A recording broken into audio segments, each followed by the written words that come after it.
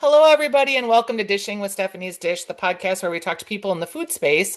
And today I'm talking with another Minnesota favorite, Emily Maxson. She is the author of Emily's Fresh Kitchen, and you have a second book coming out that is Emily's Real Food Every Day, similar to Emily's Fresh Kitchen, but more goodness, more healthy for you recipes. Emily Maxson, welcome to the show. Thank you, Stephanie. Thanks so much for having me. So, when we first started talking, you had your first book, and you and I were on a similar publishing schedule. And that book, your book did super well. I think of self-published cookbooks because you worked with publisher, my friend Chris Olson. I Right. think that you sold like way more than a lot of cookbook authors do. I did sell quite a few, and I'm very grateful for that. I had built a pretty good online community, and I think a lot of people resonated with my health story of healing through diet from Crohn's. So I think that helped with sales. I think too, the thing about your book that I loved so much was you get a lot of diet books or health books that come across the way in the business that I'm in, but yours felt very much like a real cookbook, like real food, real approachable, a way that you could heal your gut and the way that you could eat healthier but also with like regular foods, not with like weird supplements. And also, the recipes were just delicious. Like you could feed them to your whole family, not just be making separate things for yourself. Does that make sense? Yeah, well, yes, thank you. That is a huge compliment because that is my goal with both books, just to make healthier food that's very approachable, very easy, and just to taste good, and that you don't know you're eating something that is gluten-free or dairy-free, and it tastes the same as a traditional version of that recipe. So, can you talk a little bit about your health journey, how book one started, and then obviously you had more to say with book two. Yeah, so my health journey, I was in my late 20s and I was diagnosed with Crohn's disease through severe abdominal pain, had thought they thought I had appendicitis, was rushed into the hospital for surgery. They found out I had diseased intestines and removed part of my small and large intestine, diagnosed with Crohn's disease. So I spent about 10 years in and out of the hospital on lots of different medications. And then I approached it differently through diet and lifestyle changes and learned about a diet called the specific carbohydrate diet. And that is a diet where you eliminate disaccharides and polysaccharides. It gets to the chemical structure of food. So basically, you can only have monosaccharides because they're the easiest to absorb in your intestines. So meat, fish, nuts, seeds, vegetables, fruit, no starches, no grains, no lactose. The only sugar I could have was honey or fruit. So I followed that. The theory is if you follow that for 1 to 2 years, you can reset your gut. And that's what I did. And fortunately for me, I was able to totally reset it after 18 months of following this really strict program. And then now I can eat things that weren't allowed then. Like I can go out and have pizza and it doesn't upset me.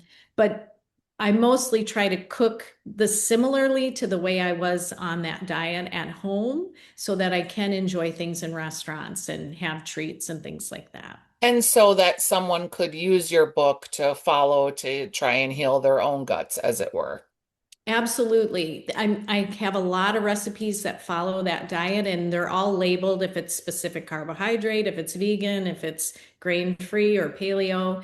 And I also recommend the book if somebody wants to try to do that, The Specific Carbohydrate Diet by Elaine Gottschall. That is the book that got me started, and she outlines everything. Okay, I'll make sure to include that link in the show notes. One other way I think that your book has been helpful for me is when I'm entertaining and I have someone that's coming with a certain dietary restriction. I don't know when more dietary restrictions became on my radar or in the zeitgeist, but I've been entertaining a long time, and now it's customary to ask people, like, do you have any dietary restrictions? And when you ask, people always do. And if I'm stumped or I don't know, like, oh, what can I do here? Like one time I had a cocktail party that I was having, and we had a gluten-free, a dairy-free, a vegan, someone that was allergic to nuts. Like it was really a long, exhausted list where I was like, oh my gosh, what's left to cook? Yes, I can relate to that. It is. It seems like in every family or every friend group, there's one or two people with dietary restrictions. And I don't know if it's just that we know more today or our food has changed or what it is, but that's definitely very common. So it is helpful to have something at your fingertips to look through and find something that would hopefully fit all those I think it's a restrictions. combination almost of both. Like we do know more about our food, and that's great, but also, since the 70s, they've been putting a lot more processed food chemicals into our food. There's no, it doesn't take a rocket scientist, I don't think, to like correlate the rise of obesity and the rise of the packaged food industry and what people have been putting in our foods. And now you can see with Ozempic, that 7 to 10% of the population are on GLP-1 medications. And we're seeing that the packaged food industry is having to change again. And obviously, recessionary thoughts, tariff pricing, we're seeing product sizes shrink too. It's interesting that I do a lot of work and hear a lot about restaurant culture because of the radio show that I do. And there's now like a whole subset of restaurants that are making like mini versions of things so that people that are on medications and not eating as much can still enjoy coming to their restaurant and have something for them. It's so crazy how food becomes so fashionable and trendy. I know that I agree with you. And I agree with the processed food and that impacting our health. And that's part of my second book, Real Food Every Day, where I talk about the difference between processed and unprocessed food. And, it's great the things that we can do today, um, but we also are hurting a lot of our food, stripping it of nutrients and adding chemicals that are causing damage to our health, our microbiome, and things. I think too, one thing about your book that I really enjoyed, and I'm a huge fan, can you tell? Um, it also isn't hard. Like if you're not, I think sometimes if you're not a cook or you don't cook a lot, you feel like certain books are intimidating. Your book is very approachable, and that is something that was important to me with mine. Like I'm not a fussy cook. I'm not a fancy cook. Your book feels really like I can make all the recipes in it, and it's not like weekend project cooking, which has its place. Sometimes it's fun to do a recipe that takes 2 or 3 days and you're going to have a special event. But for the most part, when you're eating, you just like want something. And the reason I think that people eat poorly is a lot of times due to convenience and just speed of our lives. I agree. And that's why the majority of the recipes are very simple, simple ingredients, easy to prepare. I joke that because I did go to culinary school, I am a chef, but I say I'm a chef turned home cook. I keep it nice and simple, focus on whole foods, real ingredients, and it doesn't have to be complicated to make good food. Your food in the book is so beautiful, and you have a really close relationship with the person who photographs your books. And I'm assuming she's doing a lot of your editing video work too. Do you want to talk about Baylin a little bit? Yes, Baylin Fleming, Bailu Photography. She is phenomenal. I've worked with her for 7+ years now. She's just one of the most talented creatives I know. She takes all the beautiful photographs in both of the books. And when we've worked together, we have so much fun. She's great to collaborate with. She has lots of great ideas and how to style the food. She always loves to hear the story behind the food, and that just helps set the stage. I'm very grateful. It's been such a blessing in my life to have that relationship with her because as you know, Stephanie, writing your books, when you write a book, it's a very lonely solo mission other than maybe your husband's your taste tester or your Right. kids, but otherwise, you're not working with a lot of other people on it. So to have a photographer who I have a close relationship with, who's really talented, is great because I can bounce my ideas off of her and it doesn't feel so like such an isolating project. You, I think that's a really good point, and I think that a lot of my extroverted activities, like I always look super busy and I always look like I'm doing a million things. And of course I am, but so is everybody else, right? The actual process of making food and creating recipes and writing a Substack and posting beautiful pictures, like it's all very solitary and it is kind of lonely. And when you kind of do the entertaining piece, it feels like, oh, it's so nice to share that because a lot of times you're just running from house to house trying to give them food to get it out of your kitchen. Yes, yes, definitely. I agree. When you think about this career, because it's a later in life career for you, a later in life career for me, are you glad you landed on it? Has it been joyful? Yes, definitely. It has been joyful. Um, I Yes, I have really enjoyed it. There have been hard times, writer's block, lack of creativity, but it always comes again. And I'm really enjoying it. It's so fun to have this new thing later in life because I think when you're younger, you think these are the years I've got to get it all in and think of, for me, I'm 55, that's old. Well, it isn't. I don't feel old and there's still so much more to do. Yeah. What has been the thing you hate the most about this journey? Ooh, that's a great question. I think sometimes I have a hard time with the writing of the non-recipe content or like how Yes. to put my thoughts into words. I have this information that I really want to share with people, and it's finding the right words to say it. And it is like if you think about a cookbook, the way that I think the best cookbooks work is there's a narrative, there's a through line. So if your through line is this health journey and starts with health, then, how do you make that not boring? How do you turn that into a story? How do you make that feel personal to you, but yet relatable to someone else? And then, like sometimes, let's just be honest, I'm staring at a recipe. I've made the recipe. I like the recipe. I like the pictures. It's all coming together. And then I have to write like a head note. Like, how many times can you say, grandma's sugar cookies are the best sugar cookies in the world made with real butter? And like, I just don't even have the words to get you excited about this thing. And then you have to still come up with it and then a story to go with it. And it can be just challenging to find the words. I agree. That is my biggest struggle too. And like, how many times can I say simple to make, so delicious, family Yes. favorite? And yeah, how can you reword that? And how can you, yeah, I know, I agree. I struggle with that as well. When you think about the actual making of the recipes, like how many times do you test each one? And is it always the same? Because for me, it's not. Sometimes I'll make something once and be like, this is great. I love it. I know it's going to work. I make something like it all the time. Let's just be done. Yeah. I have a handful of those, but then I get concerned like, oh no, this is how I do it. I want to make sure that I've got it written out clearly for somebody else to do it because I've had in the past people say when I'll make something, just somebody be over, well, tell me what you did with that. And I'll send them the recipe. They'll be like, it didn't turn out like yours. So I'm Yeah. like, I gotta make sure.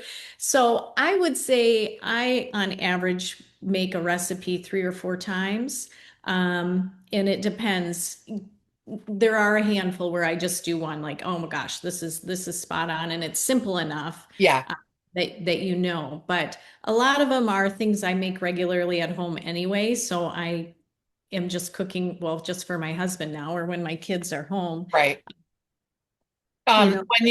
When you go back, like, have you had any recipes where there's been an error or like the way you wrote it isn't the way that someone else experienced it and it's in the book and you're stuck and you're like, oh shoot. I I taught a cooking class at the Fox and Pantry, a holiday cooking class, and it was one of my newer recipes. And I did these molasses, grain-free molasses cookies for dessert. And I had baked them ahead of time to serve as dessert. I was demonstrating other recipes. And then I gave the people in the class the recipes. And I had a woman email me and say, I made your molasses cookies, and they didn't turn out at all like that. And I just panicked. And so I went to make them again. I said, let me get into it. I will get back to you. And I made them, and I think I forget what it was off the top of my head, but I had one of the measurements incorrect, like a third of a cup instead of two-thirds, or a Right. quarter instead of three-quarters. And so I was able to correct it and email her back, like, so sorry, this is what the mistake was. I haven't found one in my book yet. There's always mistakes, but that was good. I'm glad that I got that corrected because that is in my new book. So I'm glad that she had Yeah. tested it out. It's funny too because I just cooked something from my first book that's now, I guess, 3 years old. And I'm at my cabin and I had a bunch of tomatoes and I was like, oh, I'm gonna make the tomato pie here. And I have a really bad oven at the cabin. It's a new stove, but it's beyond terrible. So I'm like looking at the instructions and it says to cook it for 30 minutes. I ended up cooking something for 50 minutes. And I don't know, like I think it's my terrible oven that's 75 degrees off, but I was just like, oh gosh, I hope it isn't the recipe itself because when I've made it at home, like it worked fine. But also like that's weird too when you're calibrating different ovens or you're cooking different places or in stoves you're not familiar with. It's just like that's why when you see like 20 to 25 minutes on a baking time, it used to bug me, but now I'm like, ooh, I get why there's that range. Yeah. I mean, it's bound to happen. You test the recipe multiple times. You have a copy editor, you proofread it multiple times. There's always, I've heard this from writers, there's always going to be an error. And there's like my husband's a fiction writer, so there's always pages that there's a spelling error or a pronoun that's used incorrectly. So I guess that's just part of the journey. So you have the cookbooks. Have you like let's talk about the whole creator Emily Maxson. Like are you doing like Substacks? Are you doing cooking clubs? Are you really leaning into all these other ways of monetizing your brand now that you are on your second book?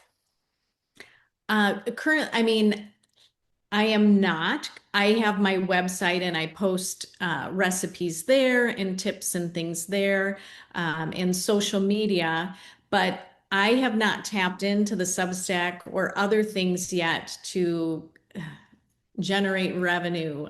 I also help with we have a fireplace manufacturing company and I do some work with my husband there. So I haven't had put as much time into that, but there are products I'd like to create and do more with it, but I'm not yet. I have a few ideas, but Yeah, not. because I imagine with this health angle, like there's ways to really get more into that and to help people on that journey do nutritional or health coaching or meal plans if you're on specific type of restrictions, or I would imagine that there's a lot of gold to mine there should you decide to. But do you feel pressured by that? Like, because I mean, for a lot of us, starts as a side hustle and then it like becomes your thing.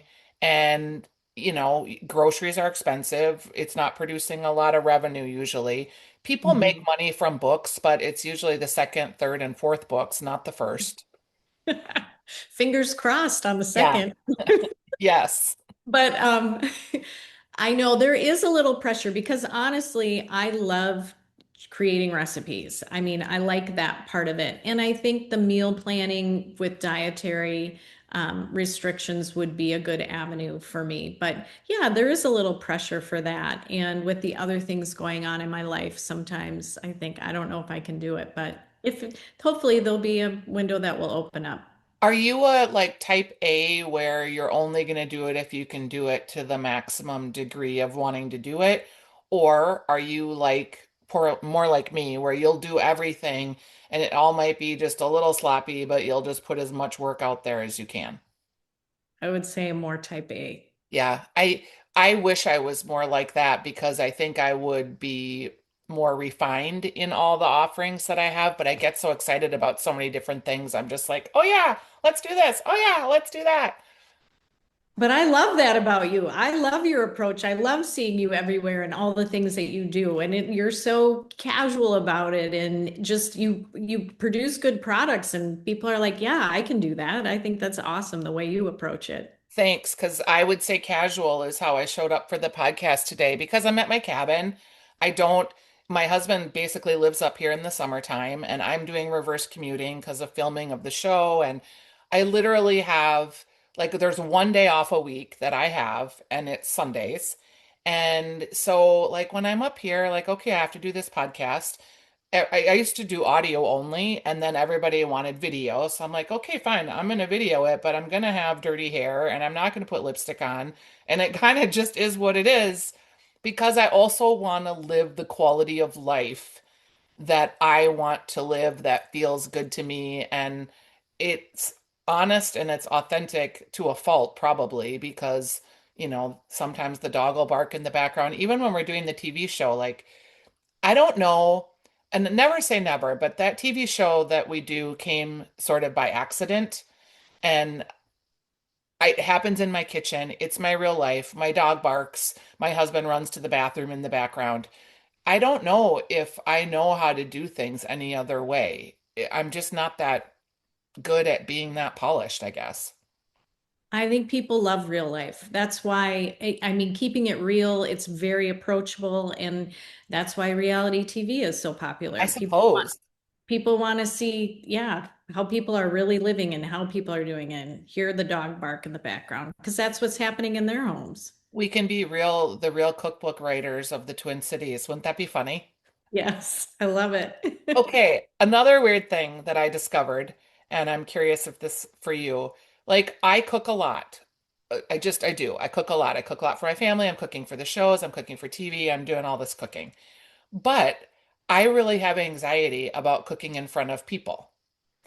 And you would think that like TV would be people, but it's not. It's two camera people who are my friends now, and there's no anxiety about cooking in front of them.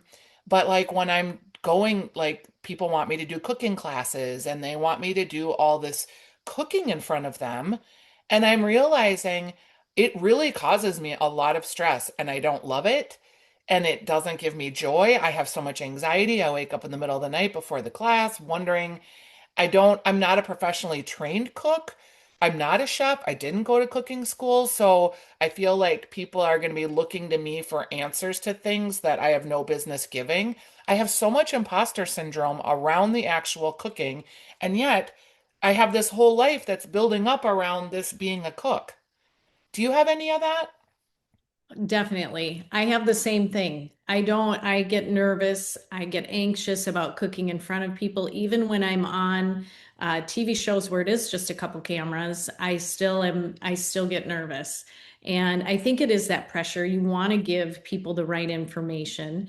And I did go to culinary school. It was a long, long time ago, and I still have imposter syndrome. Like, what do I know? Yeah. But but this is how I do it. And you share it with people and but I get that as well. Yeah. And then people will be like, well, I know I have terrible knife skills. Do you have good knife skills? I don't think so. I mean, I know what to do. I mean, sometimes I look at the pictures of my chopped up cilantro and I'm like, ooh, a chef would look at that and say, that's not so good. Yeah, and like, when you're making like a mirepoix and it's all like my carrots are 16 different sizes instead of just like uniform and batons, right? So Yes, I actually took a class and I did learn a lot, but I'm finding now that I'm not good at staying with it or practicing it because it requires like practice, right? And if you were in a classroom setting or being judged on it, you would keep going. And now I'm just like, oh, I know I'm supposed to hold my hand this way, but I really got to get these carrots chopped. exactly. Yeah. So it's kind of funny. Are there people that inspire you that are in the cookbook or the cooking space? Oh, that's a great question. I mean, there's a lot of great cookbook authors out there. You're an excellent cookbook Thanks. Thanks. author. I love your book. I ordered your second one. I'm excited to get Thank that. you. Um, I mean, I remember early on. early in my culinary career, I just had so much respect for Jamie Oliver, the Naked Chef, because he was just so different than everybody else. And I still have a lot of respect for him, and he's put out a ton of cookbooks. Same. Um, And he's changing too, which I also love. Like, he went from, he's evolved, I think, as a chef. And he's really gotten more to the space where I think he's feeling the most comfortable in his skin too, in his own kitchen, cooking for his own family. He's a very rustic cook, actually, versus like when you see him doing more of the chefy things that he started with. I really like him too. And I like how much he simplifies things. Yeah, he's insanely talented, but he brings it down to our level, and I Yep. appreciate that. He's very approachable and just real.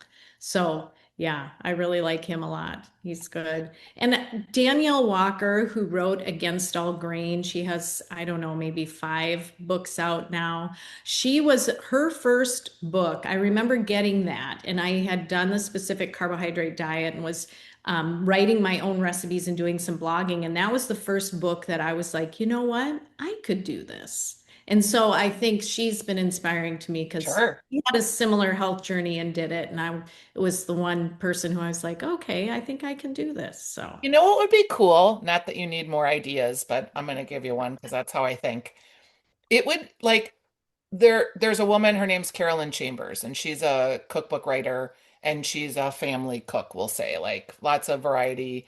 And the thing that she does that really resonates with people is she has all the substitutions in a recipe. So, like, she'll make a rice salad, but she'll give you all the different grains you could substitute for the rice. And if you can't have rice vinegar, there's the 5 other vinegars you could use. One thing that would be cool that I would love to see is if you like took a recipe that you liked and you made it so that it could be healthier or in a way that more people could enjoy it. So, like, my recipe book, for instance, is not at all diet, not at all. It's regular ingredients. It's not weird stuff. But like I think that could be a real interesting thing to follow for you. I have done that with some recipes. Like in my real food every day, I have my strawberry shortcake recipe, which is grain free, which I loved growing up. My mom would make the Bisquick Yes. strawberry shortcakes, and I loved it. It was the perfect balance of sweet and savory. It's a little salty. And so I wanted to I mean, that was a recipe I did multiple times to try to recreate that. So things like that. But I love your idea. I could just cook through a book and try to do a version that would fit the different dietary guidelines. Yeah, or even just picking different recipes from different books and like filming that like here's because when you have a cookbook that you like or when you're looking for inspiration, you probably pull out this recipe and you look at it and you think, oh, I have these 6 things. I don't have these three, and especially I think about this because I'm at the cabin a lot and it's 20 minutes to get to a store and a boat ride and a car ride and it's complicated. So I will want to make something, but I'll have to really improvise a lot of times on the exact ingredients and figure out how I'm going to get it all to go. So I think that could be really interesting and also educational for people that are on a dietary journey that maybe it's new for them and they do know some cooking, but they haven't cooked in the way that is maybe more healthful for them. Yeah, no, I This love is that idea. this is a weird thought too, but I've been spending a lot of time at the cabin and there's all these people that come and go and they bring all their groceries and then they leave. And Hmm. I keep looking at this refrigerator full of food and I feel like, oh, I'm gonna have to make dinner here now for the rest of us that are left. But there's not like food you can eat.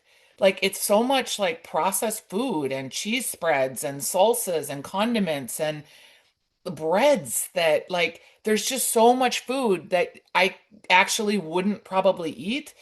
And Hmm. it's fascinating to me how people grocery shop. Yeah, and I suppose too, if they're coming to your cabin as a guest, they're on vacation. So they're eating maybe more treats or processed foods For that they wouldn't sure. eat on a regular basis. So that's their snacks and things like that. Yes, Yeah. that's like what I'm left with. And I'm like, oh, okay, now I have to make a meal. It's a Sunday night, which is why we make a lot of pizza because we're using up all those dribs and drabs. And I hate to waste things. So like sometimes I have this horrible salsa that tastes like just a sugary mess. I'm like, what am I going to do with this? And I've got tons of vegetables in the garden. I was like, well, I could probably use a cup of it to make a soup. And if I fortified it enough with vegetables and broth, and it wouldn't be so terrible to have this sort of super sweet base. But yeah, that's my life. Yeah, no, that's I like your soup idea. That's a great way to use up the Yeah. salsa. All right. So where can people follow you and how can they get the book? Okay, my website, emily'sfreshkitchen.com. The book is on Amazon. It will be in local stores, Five Swans, Gray and Excelsior, The Fox and Pantry, Golden Fig. Yes, so I love it. Well, thanks for spending time with me, Emily, and I will see you around and maybe we'll do a taste bud episode together. You never know. I'd love it. All Thank right. you, Stephanie. Always good to see you. Yeah, same. We'll talk soon. Thanks. Bye-bye.